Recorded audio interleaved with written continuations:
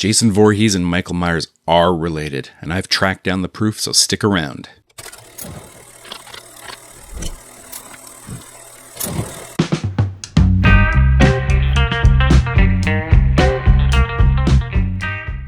I've suspected for years that Michael Myers and Jason Voorhees had to be related somehow. Not twins separated at birth or anything, but cousins and not too many times removed. So after combing through practically every movie, comic release, character wiki, fan fiction, and comparing the overall canon of each series, just looking for any plot holes that would make a connection, I believe this to be true. Pamela Voorhees and Edith Myers were first cousins, and I managed to piece together their basic backstory. So just follow along and try to suspend at least some disbelief. So here goes. Pamela's mother relocated to Ohio after World War I when she met a returning soldier from the eastern part of that state who was going to learn the silversmith business from his own father.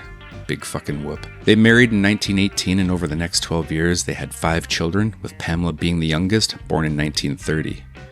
Edith, born 4 years earlier in 1926 in Illinois, grew up in a tight religious family where potluck dinners and church softball games were as common as the blue skies that blessed their life.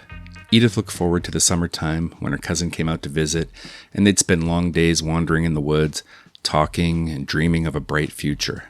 Little did they know, that future would be anything but bright. A planned reunion was canceled in 1957. Pamela was going to take her son Jason to Illinois to meet his new cousin after he was born.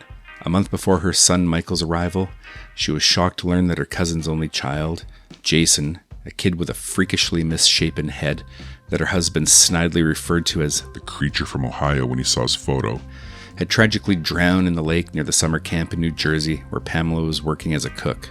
The reunion never took place. Edith and her husband died in a fiery car crash in 1965, and Pamela went batshit after her son drowned and murdered several teenagers in the summer camp she worked at before being relieved of all body parts north of the neck.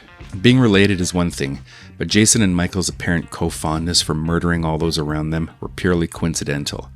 We learn in the novelization of Friday the 13th Part 3 that Jason had a rapid self-healing condition that allowed him to recover in a matter of minutes from injuries that would otherwise kill most people. After seeing his mother killed, he whisks her head and sweater back to his shit shack in the woods, where he no doubt convinced himself that she was still alive, and he'd speak to her in whatever voice he could muster and answer back in her voice. Maybe he's related to Norman Bates as well. To that end, his killings were a protective instinct, and not the often spoke about revenge trip that everybody thought that he was on. Michael, on the other hand, was a normal 6-year-old, had all his teeth, and generally behaved himself, until Halloween 1963, when a cult placed the Thorn Curse on him, giving him superhuman strength and self-healing powers that rivaled his cousins.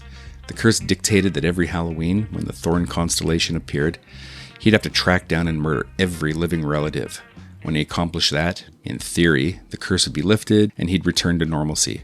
Except, it never lifts, it never ends. Without the Thorn Curse, though, he'd be just another pussy, but lucky to have a cousin like Jason who, with freakish irony and unbelievable contrast to Michael, protected his family.